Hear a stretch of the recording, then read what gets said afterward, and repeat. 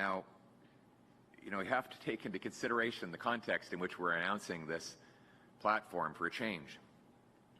Just Saturday, Mark Carney announced that not only will he keep all of Justin Trudeau's reckless spending, he will add $130 billion more.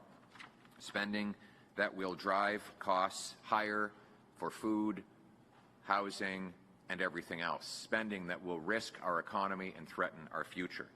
It's not that Mark Carney is as bad as Justin Trudeau. He's far more costly. We also learned from media reports that the Carney platform was already written for Justin Trudeau. So Mr. Carney has the same Liberal MPs, same Liberal ministers, same Liberal platform, and you will get the same disastrous Liberal results. And it is a very dangerous future if the Liberals get their fourth term. And this isn't just my words. It's Mark Carney's own government department. Just a week ago, we learned that one of the departments of the government, the Privy Council office, has made some very depressing predictions about the way the country is headed after a decade of Liberal rule. I'm going to quote directly from this Privy Council report. In 2040, upward mobility is almost unheard of in Canada, they predict. Hardly anyone believes they can build a better life for themselves or their children through their own efforts, and many worry about sliding down the social order. It forecasts more people may struggle to afford rent, bills, and groceries. The resulting stress could worsen mental health challenges. This would increase demand for social services. And then there's some specific forecasts that the current Liberal government is making about our future. In 2040, owning a home is not a realistic goal for many. Inequality between those who rent and those who own has become a key driver of social, economic, and political conflict.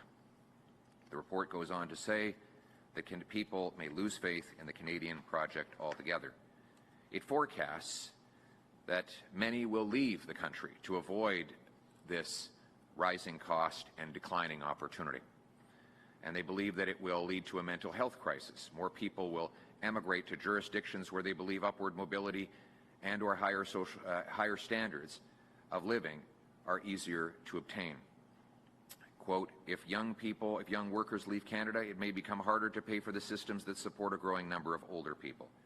It says things are so bad that, and this is a quote, I'm quoting from the government here, if I had said this myself, you would have thought it was outlandish, but this is the government's own predictions about how bad things are headed right now. People may start to hunt, fish, and forage on public lands and waterways because they can't afford groceries anymore. This isn't my prediction.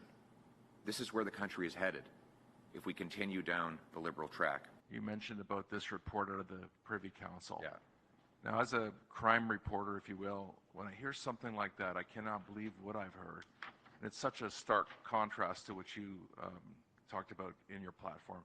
But I do want to go back, if you can address that, how that's going to help fix it. But that is the most negative thing in my 40 years in journalism that I've ever heard about Canada. I don't see it too many places in the media, and I think it can't be glossed over. So I'd like to talk about that and how you're going to fix that if you win on next week. I think you're absolutely right. I am shocked that, this is not an interest group or an opinion columnist or even a think tank that has put out this report. It is not even just a government department. It is the Prime Minister's personal department. I think somebody has to ask Mark Carney, has he seen this report? His department wrote it. And what they are anticipating on the current trajectory is a total meltdown, a societal breakdown in Canada if we stay on the current track. Why this isn't blazing the front pages of every news outlet in the country right now is beyond me. It's just unbelievable. Unbelievable. It blows my mind. What they're actually saying is that, I'm just going to read some of these. More people, this is for the future. It's not enough for Mr. Carney to say, oh, well, the last 10 years is in the past, forget about it. Stop bothering me about the past, he will say. This is the predicted future his department foresees for Canada. More people may struggle to afford rent, bills, or groceries. The resulting stress could worsen mental health challenges. This would increase demand on social services.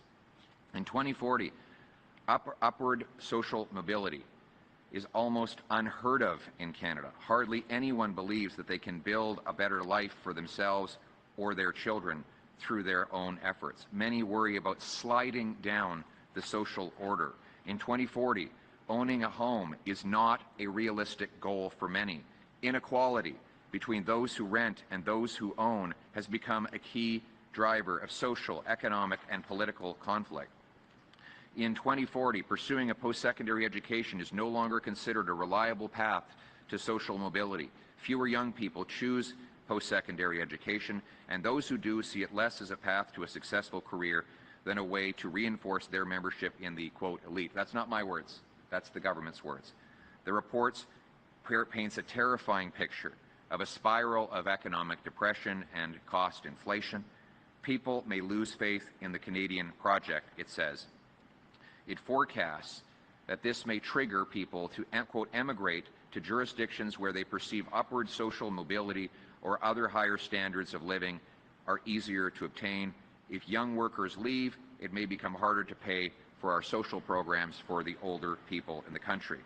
And then this last line, it staggers me.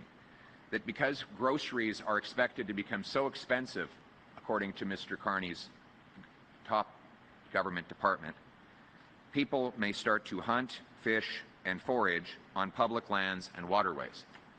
Like it is just hard to believe when you read these words that this is about Canada. This is exactly why I'm in politics, to reverse this, to give people back the promise of this country. And we know what to do. We know how to get there.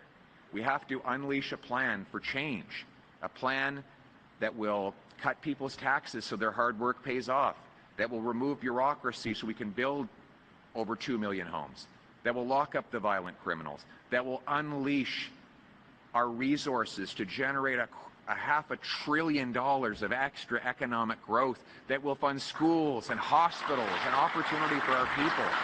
That's what's at stake. That's what change means.